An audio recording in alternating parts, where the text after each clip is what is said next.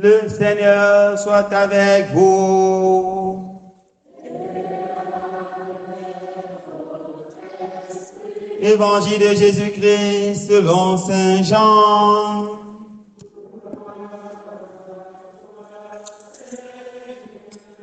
Chapitre 1, versets 1 à 18.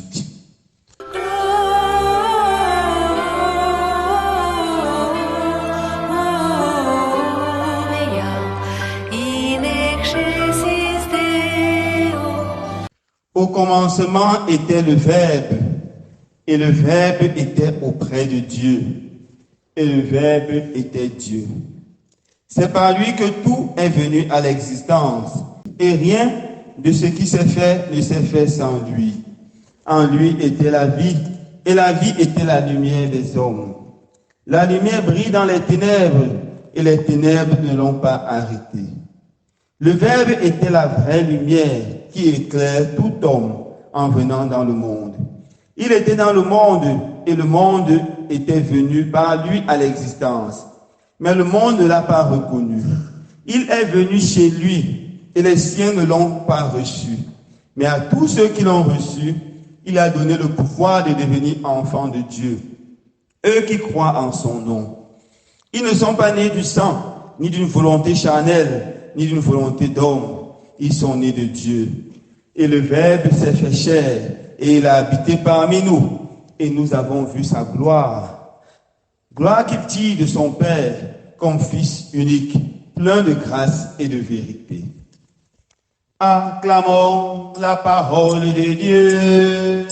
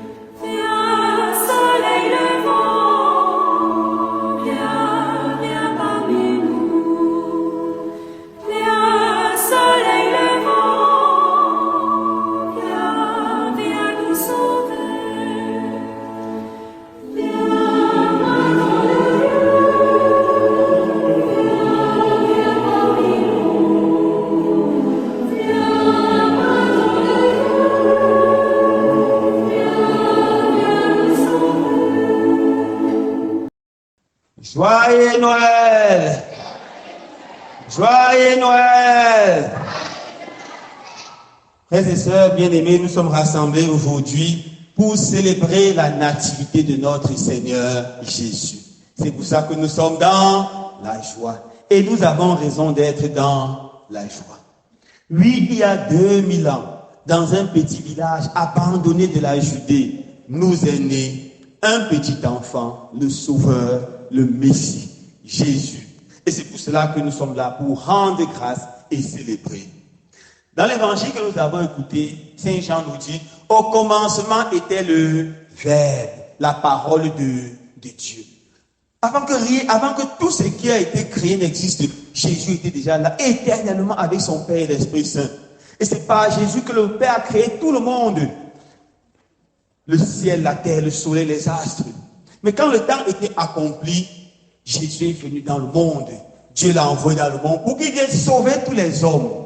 Et dans l'évangile, Jean nous dit, il est venu chez les siens et les siens ne l'ont pas reconnu. Il est venu chez les gens de chez lui, de son peuple, de sa nation, et ces gens ne l'ont pas reconnu. Ils ne l'ont pas accepté. Mais il dit à tous ceux qui vont le reconnaître, tous ceux qui vont l'accepter, il va donner le pouvoir de devenir enfants de Dieu.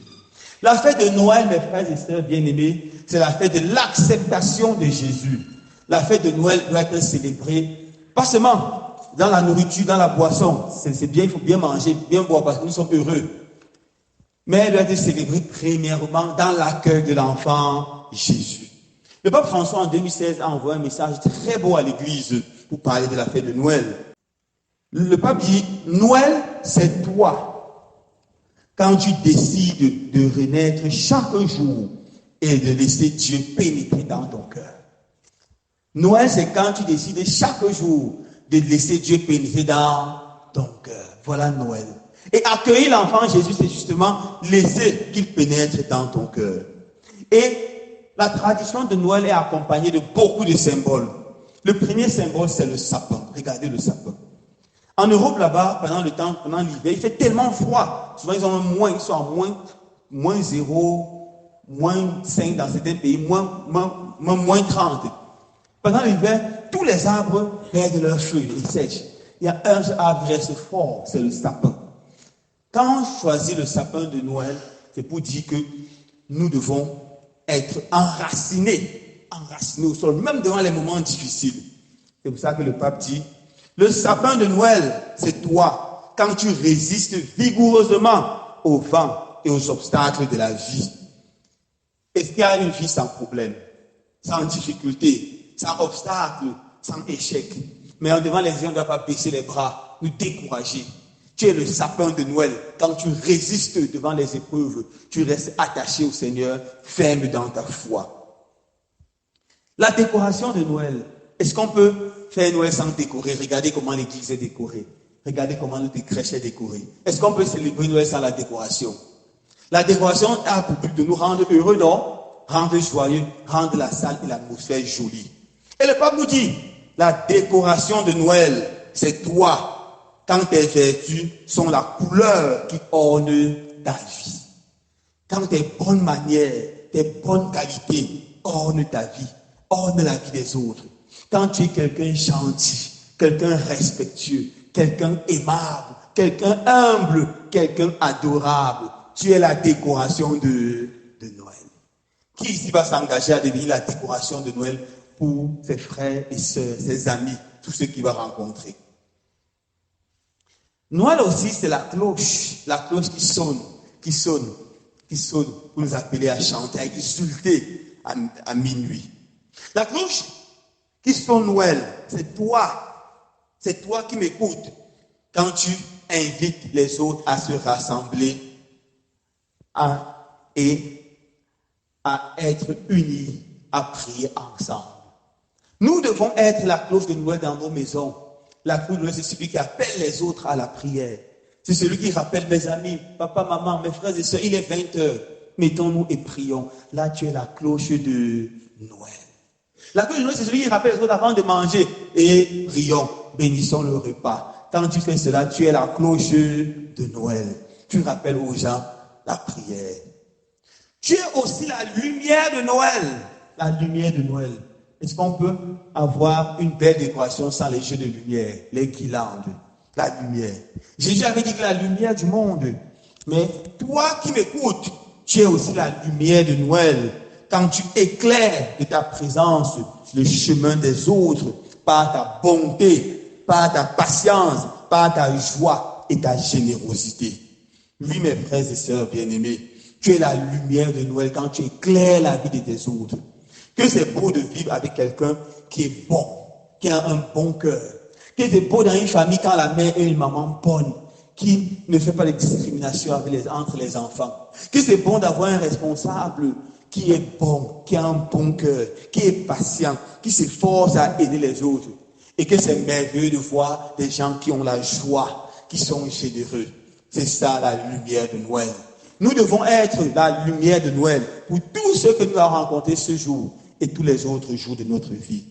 Mais Noël aussi, il y a des anges qui viennent annoncer aux bergers, aujourd'hui vous êtes né un sauveur. Aujourd'hui vous êtes né un sauveur. Les anges de Noël, c'est toi, quand tu chantes au monde un message de paix, de justice et d'amour. C'est toi l'ange de Noël.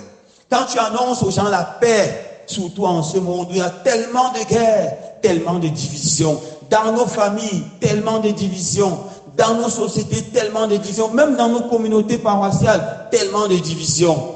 Quand tu annonces l'unité, l'amour, c'est toi l'ange de Noël. Et l'étoile de Noël qui a conduit les rois mages à venir depuis les pays lointains jusqu'au pays de Jésus. L'étoile de Noël, c'est toi quand tu conduis quelqu'un à la rencontre du Seigneur. Quand tu conduis quelqu'un à quitter le péché, quitter le mal et s'approcher de Dieu, c'est toi l'étoile du Seigneur. Oui, mes frères et sœurs bien-aimés, nous devons être les étoiles du Seigneur. Nous devons évangéliser. Nous devons aider les gens à quitter la peur, quitter les sorciers, les charlatans, les marabouts et nous attacher à s'attacher à Jésus. Nous devons conduire nos enfants à Jésus. Nous devons conduire nos maris, nos femmes à Jésus. Nous devons conduire nos voisins à Jésus. Dès que quelqu'un s'engage à conduire les autres à Jésus, il est l'étoile de Noël. Et les rois mages, tu es aussi roi mage. Tu es un roi mage. Quand tu offres ce que tu possèdes de mieux, sans tenir compte de celui ou de celle à qui tu donnes, alors tu es un roi mage. N'oubliez pas, les rois mages sont venus, ils ont offert ce qu'ils avaient de mieux au Seigneur. Certains ont offert, l'un a offert l'or, l'autre l'encens, l'autre la myrrhe.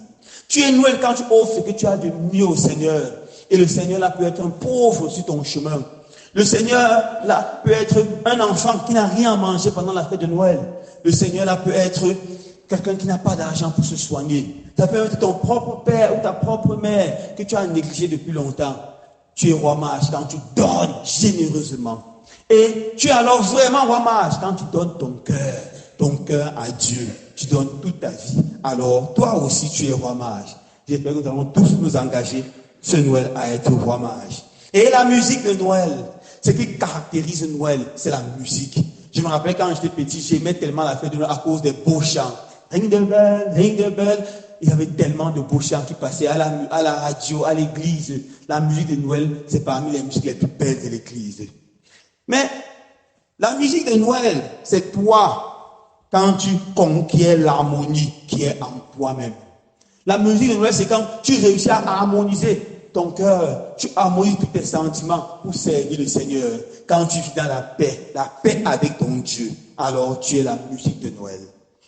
Et les cadeaux alors, est-ce qu'on peut célébrer Noël sans les cadeaux?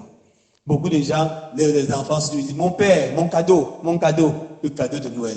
Et quand les mamans oublient d'acheter le cadeau, les enfants sont tristes. Il faut les cadeaux pour que la fête de Noël soit belle. Il faut les cadeaux. C'est bien de donner les cadeaux aux enfants. C'est bien de faire le Père Noël. Mais le meilleur cadeau de Noël, c'est qui? C'est toi qui m'écoutes. Quand tu comptes, quand tu te comportes en véritable ami, en frère, en sœur, en père, en mère, en époux, en épouse, avec tous les êtres humains. Tu es un cadeau de Noël. Il y a certaines personnes qui sont dans ta vie, tu les regardes, tu dis que, oh Seigneur, merci d'avoir mis cet homme sur mon chemin. Merci d'avoir mis cette femme sur mon chemin. Merci de m'avoir donné un enfant formidable pour cet enfant. Là, tu es le cadeau de Noël. Tu es un don de Noël pour les autres. Il ne faut pas que quand les gens te regardent, on dit que, tu m'as même fait connaître le père ici. Un père méchant. Un père, une mère qui fait le mal. Non, là, tu n'es pas le cadeau de Noël. Chacun doit être pour tous ceux qui rencontrent ce jour le cadeau de Noël. Et les vœux alors, le vœu de Noël, on se souhaite tout le meilleur. Je te souhaite bonheur, je te souhaite santé, je te souhaite prospérité. Regardez, c'est bien de souhaiter tout cela et de prier pour les autres. Mais le vœu de Noël, c'est toi, quand tu pardonnes et rétablis la paix. Même si tu souffres, c'est dur de pardonner. Surtout quand tu vis avec celui qui te fait du mal. Surtout quand tu le rencontres de temps en temps. Peut-être que tu travailles avec lui. C'est dur de pardonner. Mais tu es le vœu de Noël quand tu réussis à pardonner. Quand tu t'efforces pour établir la paix, tu es le vrai vœu de Noël. Et le réveillon de Noël, la belle nuit où on passe, on chante, on danse, c'est très beau. C'était beau hier. Mais le réveillon de Noël, c'est toi. Quand tu rassasies de pain et d'espérance le pauvre qui est auprès de toi. Quand tu es capable de voir celui qui souffre, tu n'es pas indifférent comme le riche qui a vu Lazare passer. Quand tu regardes celui qui est pauvre, tu le rassasies, tu lui donnes quelque chose, un peu de riz, un peu de poisson, ou je ne sais quoi, pour qu'il passe une belle fête de Noël. C'est toi, le réveillon de Noël. Alors, le pape conclut en disant, tu es la nuit de Noël, quand humble et éveillé, tu reçois dans le silence de la nuit le Sauveur du monde, sans bruit ni grande célébration. Tu es la nuit de Noël quand tu reçois Jésus dans le silence de la nuit. Ceux qui connaissent faire un silence, qui connaissent adorer, qui connaissent prier, alors tu deviens la nuit de Noël. Tu es le sourire confiant et tendre de la paix intérieure d'un Noël éternel qui instaure son royaume en toi. Oui, frères et sœurs bien-aimés, nous devons tous devenir les uns pour les autres Noël. Joyeux Noël à tout le monde.